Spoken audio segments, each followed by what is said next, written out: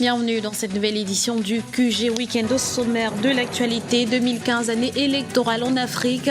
Congo, Burkina Faso, Côte d'Ivoire, Centrafrique ou encore Gabon. Ils seront nombreux à se rendre aux urnes pour élire leurs dirigeants politiques. Awa Nana, nommée médiateur de la République au Togo, l'ancienne présidente de la Cour de justice de la CEDEAO, doit s'atteler à mettre en place le processus de réconciliation nationale. Et puis 153 milliards de francs CFA pour accélérer la croissance au Cameroun. Ces fonds ont été mobilisés dans le cadre de l'emprunt obligataire de l'État lancé le 24 novembre dernier. Fièvre électorale en 2015, de nombreux scrutins seront organisés de part et d'autre du continent et à l'approche des différentes échéances. La tension sociopolitique s'alourdit dans certains pays, une situation qui ne laisse pas indifférentes les organisations internationales qui jouent la carte de la prévention des conflits. Le point avec Evanido. Nombreux sont ces pays africains qui iront aux urnes en 2015. Burkina Faso, Centrafrique, Gabon ou encore Côte d'Ivoire. Ces différents pays et bien d'autres encore devront élire leur président, mettre en place de nouveaux parlements ou Sénat au cours des 12 prochains mois. À quelques semaines du début des échéances, la tension monte au sein des différents états-majors des partis et l'atmosphère sociale s'alourdit. Une situation qui traduit un besoin profond selon certains observateurs. Les élections en 2015 sont des élections qui se préparent sous haute tension parce que il y a le vent burkinabé qui continue de souffler sur l'ensemble des pays et les réalités sociales et économiques sont de nature à crisper cette atmosphère. Il y a comme une injustice économique commune qui est partagée par les populations. Après la révolte burkinabé, on verra si les élections vont s'organiser de façon paisible, si la situation post-électorale dans ces différents pays va s'accentuer par plus de stabilité ou pas. Que ce soit au Togo, au Gabon ou en Centrafrique, des tensions sont déjà perceptibles. Une réalité qui amène les organismes panafricains à jouer la carte du dialogue politique entre les acteurs. Je pense que pour préserver le foyer de tension, il faut déjà que tous les organismes internationaux, toutes les organisations internationales, que ce soit la CEDEAO, l'Union africaine, la CEMAC, la CEAC en Afrique centrale, qu'il faudrait identifier, suivre les processus qui sont en cours, voir potentiellement les zones de crispation pour justement y apporter une diplomatie préventive permettant aux États d'être beaucoup plus à l'écoute de leur population. Donc il faut renforcer le dialogue politique à l'intérieur des pays. Les revendications qui motivent la crispation du climat politique dans la plupart des pays qui éliront des responsables politiques en 2015 se ressemblent. Réforme constitutionnelle, liste électorale contestée ou encore instabilité sécuritaire. Autant de défis auxquels feront face les différents États pour une paix durable sur le continent. Catherine Samba-Panza exhorte les signataires de l'accord de Brazzaville à s'organiser en vue de discussions.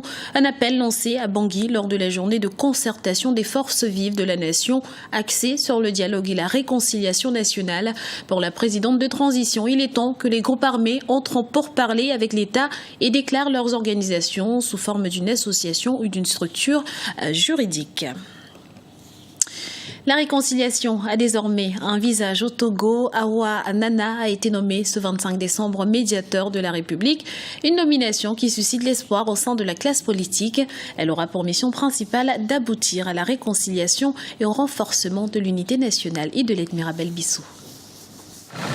La nomination de Awa Nana comme médiateur de la République pourra-t-elle apaiser la tension politique au Togo? Après les travaux de la Commission Vérité, Justice et Réconciliation, la mise en place de cette institution devra permettre de rassembler les différents acteurs politiques afin d'amorcer de nouvelles discussions. Le problème dans notre pays, c'est qu'il y a un certain nombre d'institutions qui sont prévues par des textes, notamment la Constitution, et qui sont recommandées par un certain nombre d'instances, aussi bien nationales qu'internationales. Ces institutions-là souffre justement de l'effectivité en ce qui concerne les personnes qui doivent les animer. Et le médiateur de la République était une de ces institutions-là dont nous avons besoin pour que justement, au regard des crises que notre pays traverse à différents niveaux, on puisse avoir une personnalité suffisamment consensuelle, une personnalité qui a de la hauteur, afin d'aider les parties prenantes lorsque l'institution semble être trop radical. Awa Nana aura la charge de mettre en œuvre les recommandations de la Commission Vérité, Justice et Réconciliation. Pour certains observateurs, la présidentielle de mars 2015 devrait passer par les réformes constitutionnelles et institutionnelles inscrites dans l'accord politique global de 2006, ce qui pourrait mettre un terme à la crise de confiance au sein de la classe politique. La crise de confiance actuellement au sein de la classe politique, donc entre les partis politiques, du pouvoir d'un côté et de l'opposition de l'autre. La crise de confiance entre la population, c'est-à-dire les citoyens, et la classe politique elle-même, elle est tellement exacerbée. Donc, il appartient dans le contexte actuel de mon pays à Mme Daboya et à ses collègues de prendre toute la mesure des frustrations que les Togolais ont. Aujourd'hui, les Togolais ne font plus confiance à leurs institutions. L'échec des différents dialogues politiques trouvera-t-il son épilogue avec la nomination de l'ancienne présidente de la Cour de justice de la CEDEAO? Le bon déroulement du scrutin électoral de 2015 en dépend. La bataille pour le contrôle des terminaux pétroliers fait rage en Libye. 3 réservoirs de pétrole étaient en feu ce vendredi à Al-Sedra, au sud-ouest de Benghazi. Jeudi, des combats avaient opposé les forces gouvernementales aux milices qui tentaient de s'emparer du site. Un affrontement qui s'est soldé par 22 victimes parmi les soldats. Le point tout de suite avec Aminata Diak.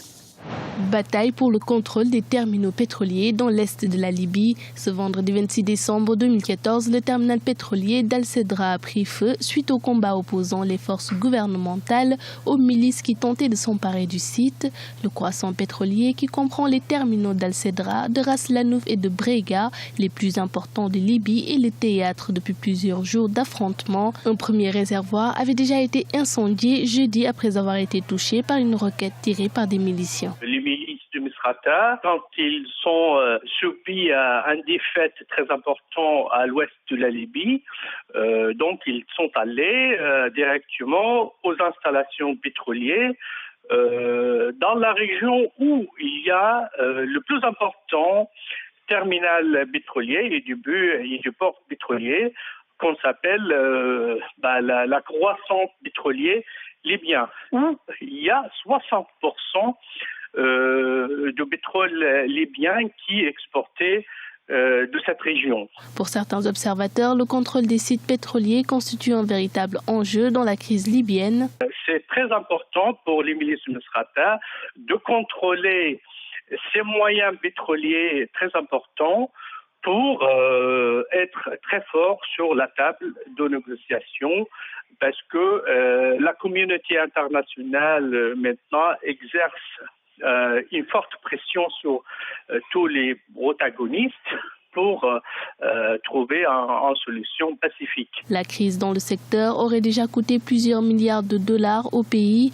Après un excédent budgétaire en 2012, la Libye a connu un déficit d'environ 5,1% du PIB en 2013 et de 4% en 2014 selon la Banque mondiale. Selon des experts, la production de brut en Libye a baissé à près de 350 000 barils par jour alors qu'elle atteignait 800 000 avant le début des combats le 13 décembre 2014. Dans l'actualité également, les producteurs sud-africains de maïs pourront désormais affronter le spectre de la sécheresse avec plus de sérénité. Le pays a donné son feu vert pour la commercialisation d'une variété de maïs génétiquement modifiée pour résister à la sécheresse. Baptisé Drew Tigo, ce maïs permet des rendements de 20 à 30% supérieurs à la normale. Il sera disponible dès l'année prochaine et est le fruit des efforts du projet Water Efficient Maize for Africa. L'emprunt obligataire de l'État du Cameroun remporte un franc succès. Lancé le 24 novembre 2014, il a été sursouscrit à hauteur de 153 milliards de francs CFA. Les fonds récoltés serviront au financement de grands projets pour un Cameroun émergent à l'horizon à 2035. Reportage de Narcisse Noumbé, notre correspondant au Cameroun. 153 milliards de francs CFA souscrits pour une enveloppe de 150 milliards de francs CFA attendus, tel est le résultat du 3e emprunt obligataire de l'État du Cameroun. Cette somme mobilisée en un mois provient essentiellement des établissements de crédit, des institutions nationales et sous-régionales, mais aussi des épargnants camerounais. Ces derniers, qui bénéficient de l'attention du gouvernement dans ce processus de levée de fonds, ont souscrit à hauteur de 53 milliards de francs CFA. Les 150 milliards seront servis en priorité aux petits porteurs avant de servir les grands porteurs qui sont en général les établissements de crédit parce que nous pensons évidemment qu'il est question d'encourager la Camerounaise, le Camerounais qui ont décidé de mettre 100 000 francs, 200 000 francs dans cette opération pour qu'ils puissent bénéficier d'un rendement financier de 5,5%, mais surtout être dans des acteurs citoyens dans la mise en œuvre des projets structurants du chef de l'État Pour les spécialistes de la finance, emprunter sur le plan local pour un État comme le Cameroun présente de nombreux avantages. La première chose, c'est qu'il emprunte, il se finance en francs CFA. Parce que soit vous financez en devises étrangères, soit vous financez en monnaie locale. Dans le cas d'espèce, il se finance en monnaie locale pour un montant qui est l'équivalent quand même de 300 millions de dollars. C'est très important. Donc il n'y a pas de risque de change sur ces ressources en financement. C'est vrai. La deuxième chose, c'est qu'il collecte de l'épargne publique. Donc en fait, il transforme l'épargne en financement de l'État. C'est très important parce que les gens ont de l'épargne, mais en face, ils ont du mal à trouver des produits sur lesquels ils peuvent placer leur épargne.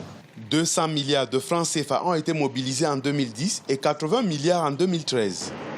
Les 150 milliards issus de l'emprunt obligataire 2014 seront remboursés en 5 ans avec un taux de 5,5%. Ils serviront prioritairement à la construction d'infrastructures routières, portuaires et énergétiques. Ce journal a été réalisé par l'ensemble de la rédaction. Nous vous remercions pour votre fidélité. Dans un instant, une nouvelle édition du QG Weekend sur Africa 24.